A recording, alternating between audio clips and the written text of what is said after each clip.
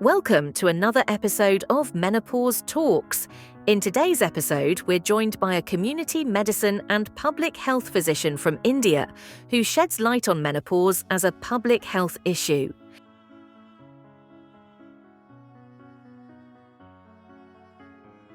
Myths around menopause include that women feel that this is an illness or a disease rather than a normal, natural phase of a woman's life.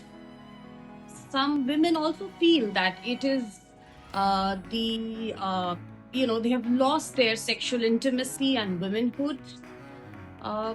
These myths and misconceptions hinder the health-seeking behavior.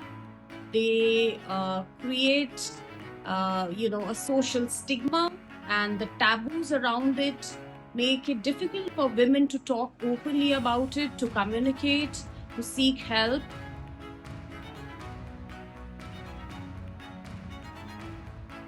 Menopause can impact a woman's role and responsibilities in the society and in her family, as it affects the physical, mental, and emotional well being of a lady.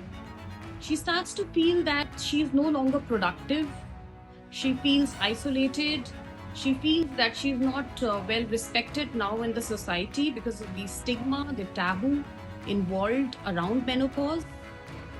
She is not able to openly communicate, and people do not understand her irritability, fatigue, and her emotional, mental, and physical fragility, which makes it very difficult for her to keep up her healthy relationships in the society and in her family.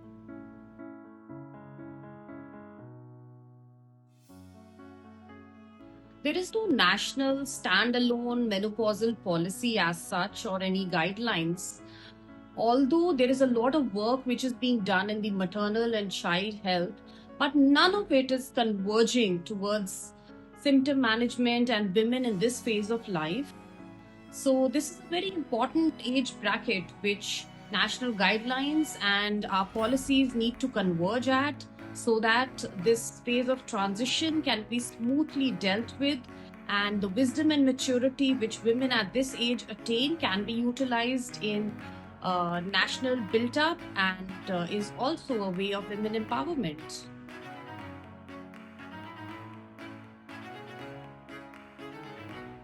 Community-based education programs need to be undertaken, wherein there should be workshops, peer educators, NGOs, women help groups, local leaders, and the healthcare infrastructures need to come together at the same platform, and the education needs to start from the community levels, where this topic and this concern needs to be communicated and spoken without any hitch, without any inhibition and any embarrassment.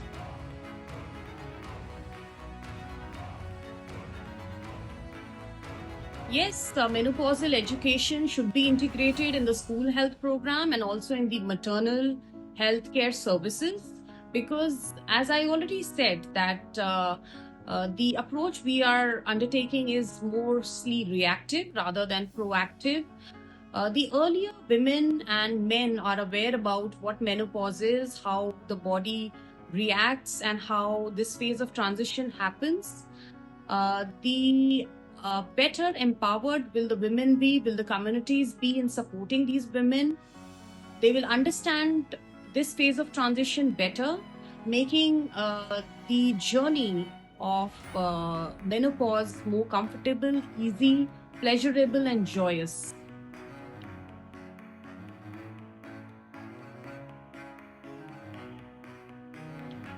The policy recommendations are that we need to develop a national guideline and policies for menopausal care. We need to have a trained healthcare manpower for menopausal management and counseling.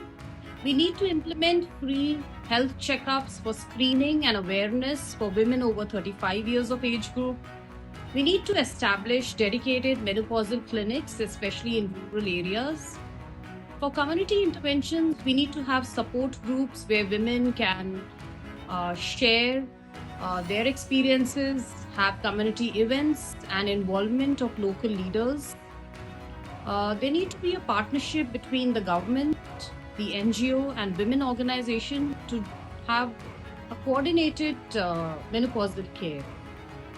Stay tuned for our next episode, where we continue to break the silence and bring expert voices to the conversation.